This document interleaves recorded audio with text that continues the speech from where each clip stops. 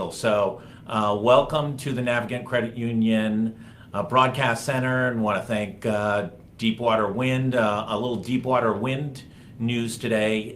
Jeff Grabowski, CEO of Deepwater, and Helena Folks at CVS both got selected by Fast Company as two of the 100 most creative people in business in the United States. Helena edged Jeff in ranking. She came in at 5th in the country. Jeff came in at 99th. But in both cases, really amazing. Pound for pound, Rhode Island is arguably a really good score for showing for Rhode Island accordingly.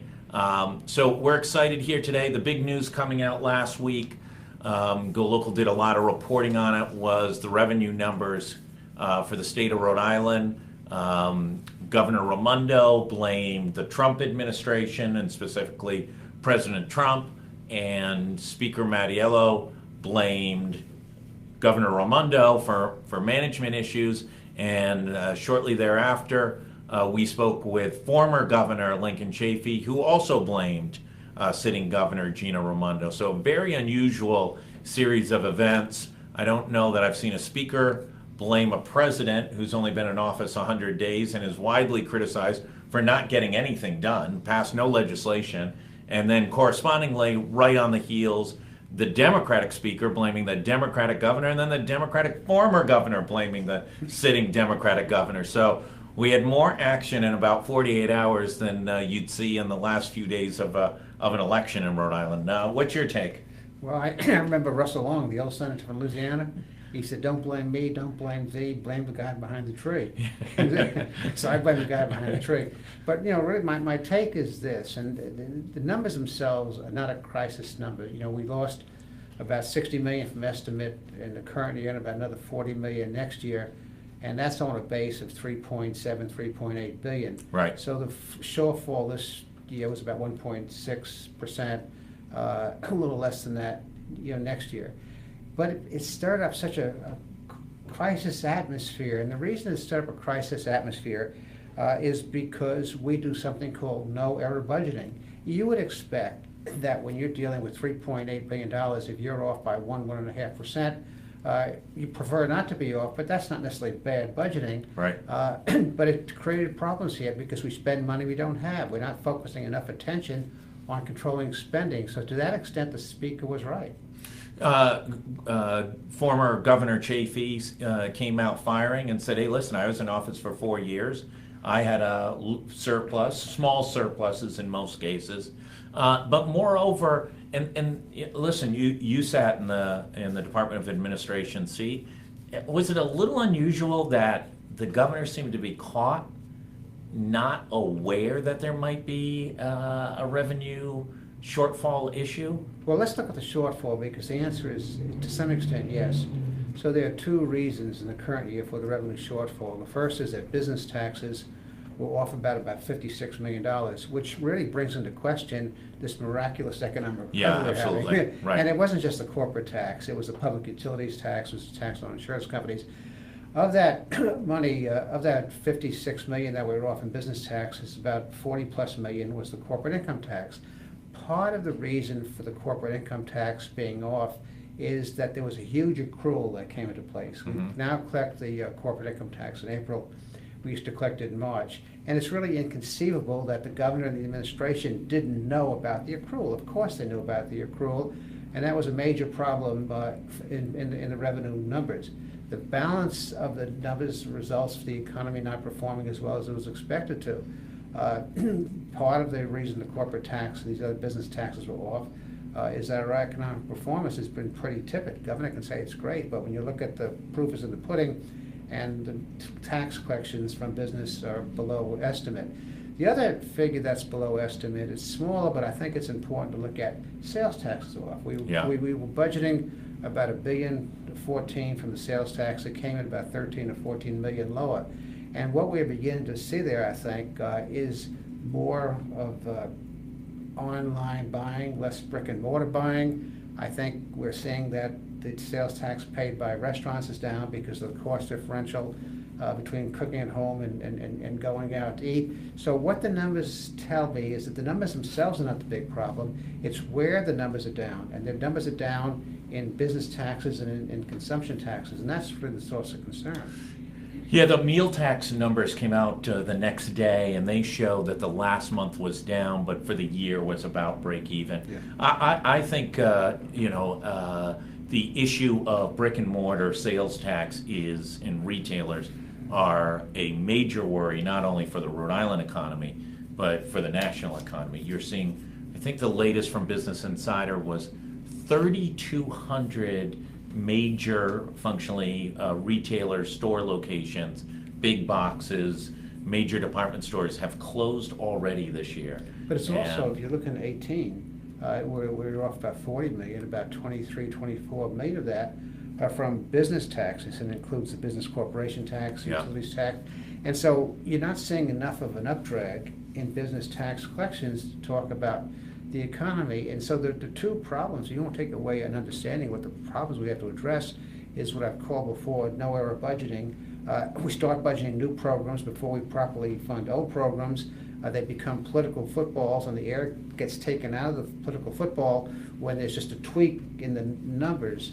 And then the second issue, which I think is much, much more important, is the economy. If you look at what's happening in the projections over the next 3 or 4 years, our unemployment growth is about 1.6%. We're going to grow about 7,000 jobs between now and 20. The national average is twice that. The unemployment rate... From a percentage standpoint, I don't want to run by that. We're growing at about 1.5%. 1.5, 1.6. And the national average is about 3%? It's probably under that, but it's well Yeah. over 2%. But, think about this. We have an employment base of 495,000 people, and we're going to grow 7,000 jobs in the next 4 or 5 years. And so with all the cranes and all the construction jobs and all this Functionally flat. We have preferential tax deals. Where are the jobs? You would expect to have seen with these kinds of investments we're making some return, not in the first year, but I'm looking out into 18, 19, and 20, and 21. As a matter of fact, the projections are that our unemployment rate is going to be higher in 2020 than it is today. So isn't that even a worst case scenario? Because a lot of the jobs that are being created with these tax credits are for construction, which are short-term jobs. They're going to be 18 and 24-month improvements. So we're losing jobs more quickly than extract the construction jobs, and on the more permanent side of the ledger, we're really just dead flat, or maybe even shrinking a little bit. We're growing jobs, but we're not growing jobs as quickly as Massachusetts. We're not growing jobs as quickly as the nation. The piece that that you guys ran on the governor's economic miracle Right. a few weeks ago, I think showed that since Governor Raimondo has been in, our employment's grown by about 2.7%. Nationally, it's about 3.7%. In Massachusetts, over 5%. Right. So, the concern is that we're not growing. And the other concern is if you look at gross state product, compared over the next 3 or 4 years, our economic growth is going to be about 1.5%. Nationally, it's 2.4%. So those are the numbers that matter. You do budgeting in a way where everything becomes exaggerated as a political football if you have a modest downtick in revenue, and then you say, okay, well, it will improve next year. Well, it doesn't. Could be a good example. The budget this year originally assumed that we'd get 168 million from the corporate tax. We won't get 125 million. We mentioned the reasons why a minute ago. But next year, we're not back to 168. We're in the 150 million range somewhere. So, things are not coming back in the business tax collections where we thought they would be. So we touched on it a little bit, but I do want to focus in on this. I guess what is perplexing, and listen, I haven't been in the state government in 20 years, but I can remember revenue forecasting back in the 90s, and it didn't sneak up on folks. I think there was one year that was sort of cataclysmic. It was the year of the credit unions closing, and that was a year which even the most dire predictions, it was worse.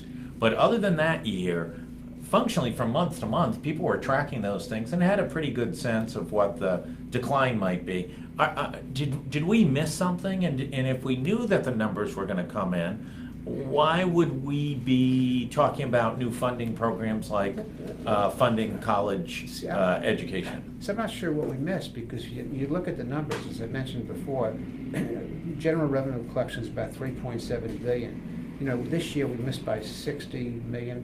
Yeah. Of that $60 million, a portion we should have known about because it was a major change in accruals, and we knew about the change in accruals. Yeah. And so when you budget for revenue, if you're plus or minus 1% on either side, you have reasonably good estimates. Yeah. The real question is, if you miss your revenue estimates by 1.5%, it shouldn't engender this kind of political conversation. Right. And the reason it does is because we have not managed state affairs as well as we should have. And the reason that we haven't managed state affairs as well, I'll take you here.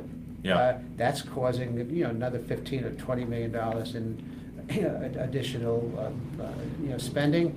We propose new programs, whether, I know you could speak about this car tax cut or aid to colleges, and we know that we're budgeting so close to the margin. We build up, and this is where the political malpractice comes to place.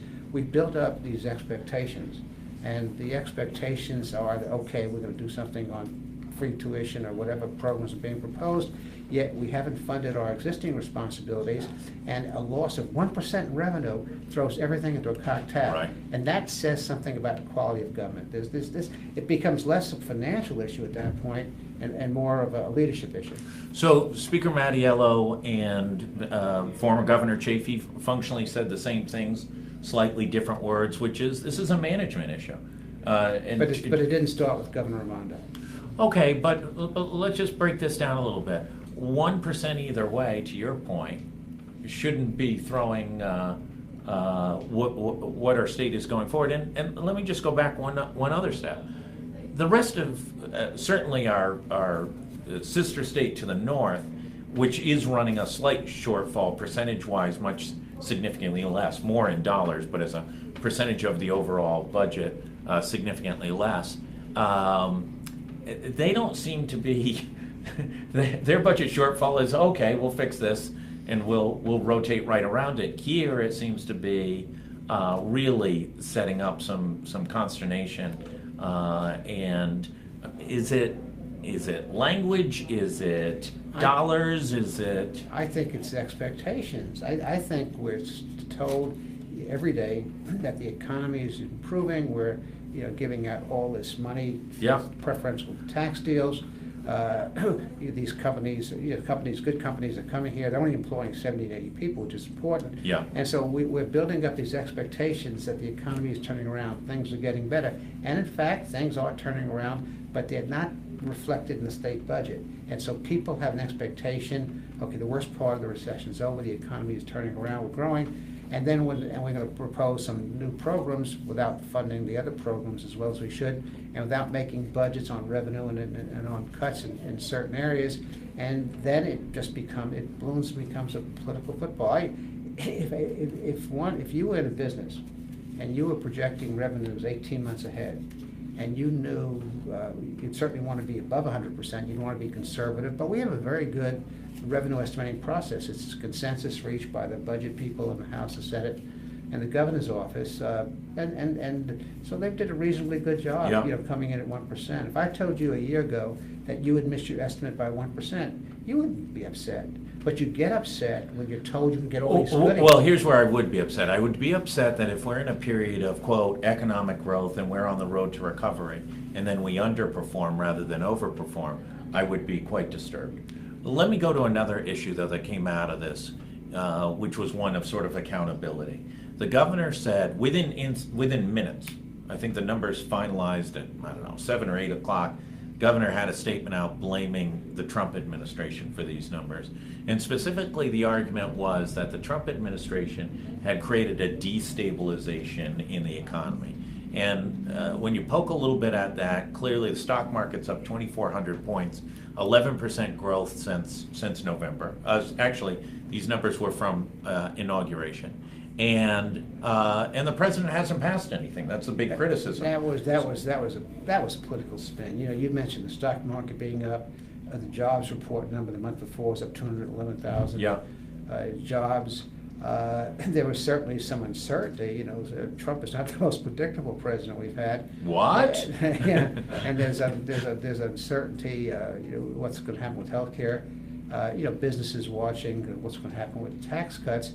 But if you travel around the country, there's not this malaise about the economy, and you know, to blame Trump, or any president who's been in office for 100 days, that it somehow had an impact. No. President Trump didn't have a doggone thing to do with UHIP. You know, that was Right. a big problem. He didn't have you can blame him for a lot of things, which a lot of us do, but he didn't have anything to do with the overspending in certain state agencies. He didn't have anything to do with the administration not thinking about how the accrual on corporate taxes would affect revenue. Those are homegrown local decisions. President Trump didn't say anything about building up expectations about the Rhode Island economy. So, you know, I just thought that really was not a wise comment for anybody to make, or to blame somebody else. I thought Tony Jones had gone to become a analyst or producer for policy advocate for Governor Raimondo, because any cloudy or rainy day when he walks into the office, he blames Trump. So I thought that. So I thought that was the appropriate analogy. Where does the governor go? What's the proper reset button to get confidence in her budgeting, her management, and also to get a recast on some of the initiatives that she wants to do? Well, I think there are a couple of things. Yeah, I think there needs to be a good arm. I mean, you're the David Gergen of Rhode Island, right? You've advised a lot of governors, Democrats and Republicans over the years. The branches need to get together and negotiate a good budget. That's the first thing to get things back into balance. The second thing that needs to be done is make sure that what we're obligated to do, we do well. Yeah. And I think some of the appointments made to the Office of Health and Human Services probably will be an improvement over what was there before. But don't have a problem and deny the problem until you can't deny it any longer. So it's better management. It's focusing on what we're doing before you jump to other things. And the other thing is when you announce new programs, think them out. Yeah. The controversy about the college program, we can argue about the ideology of it, whether we should or shouldn't do it, but we can't argue about whether it's well thought out. And so when you come out with programs, make sure you've done your own due diligence. You know, make sure. Yeah, the lack of means testing is fairly unsupportable. There are obvious a number of things. There are obvious policy issues where it's done with the best of intentions. And then I think we need to revisit some of our economic development programs. We're investing a lot in real estate, and probably less than we should in innovation. So we've got a couple more minutes, and then Kate Nagel's going to take over with Speaker of the House, Nick Mattiello. I want to go to this issue of retail in the United States. Retail has always been a benchmark of how the economy is performing, where the economy is going, consumers' confidence in the economy, and we are seeing probably one of the biggest changes in how America shops and buys, and also and potentially eliminating hundreds of thousands of entry-level, middle-class jobs in America. What's the implications? I mean, literally, should we be planning on what's next for Providence Place Mall and job retraining and those types of things? Certainly job retraining, but we need to aggressively compete for the kinds of companies that will do the retailing. You know, Fall River has massive. It was an Amazon distribution center warehouse. Yeah, and the online companies are changing. They're going to be more real time delivery, so there's going to be competition. For warehouses. So we need to identify what the competition is. A lot of it's re-skills and retraining. But there's I don't have a silver bullet. We used to use horse and buggy, so we had buggy wheels. Yeah. Buggy was one of business. We built cars. Somebody was, working in assembly lines. Assembly lines changed. We got robots. People don't go to, brick and mortar stores. I think we need to look strategically at what kind of brick and mortar stores will make it. It's probably the smaller boutique, specialized shops where people want service. Yeah. So we need to recognize that, but it gets back to, the training and then trying to get your share of what the new kinds of selling will be. I lied. I got one more question. What is Trump doing, and what's the impact on the economy? What is Trump doing? Between tweets? Between tweets, between FBI directors, between staff changes? Well, there are a couple of things that I think, and I think it's a mixed picture. I think on trade, they're doing some good things. I think the negotiated trade agreement with China, it's not as big a deal as Trump makes it, but it's a positive step for, particularly for some of our commodities and our farm commodities. So that's been positive. I think the orders he's put out and the Congressional Review Act of getting rid of regulations that will reduce the cost of business, that's on the positive side. I think his effort on tax reform can be positive, but the way they're going about it is putting out a sheet. There's really not enough information, but they're certainly in the right direction. Most economists, recognize that we got to restructure our corporate tax system, and so he's talking about the right issues. Healthcare, is the right issues. The agenda is fine. It's the lack of specificity and really tooling up and working more effectively to get 3 or 4 things done. And time is ticking. 100 days, 150 days, not a lot of time. But by this time, we should have seen a tax bill, not a list of tax proposals. We have seen a health care bill, and I think the Senate will take care of that. And I'm one of the few people optimistic that something will come out of the Senate that the president can sign. But will it have pre-existing coverage for pre-existing conditions? Of course, it'll have pre-existing conditions, and part of the problem is it had coverage for pre-existing conditions in the in the Ryan bill, but it hasn't been explained, very well. But I think you'll see a health care bill. I think he has to get more specific on his tax proposal, his infrastructure. Those are the big 3 things which Americans will judge progress on, and to this point, the progress has not been great. I want to thank you. We've got a busy afternoon. Thank the money man. I think the missing opportunity was for Governor Gina Raimondo to tax the money man. That would have picked up that $100 million shortfall in a nanosecond. In all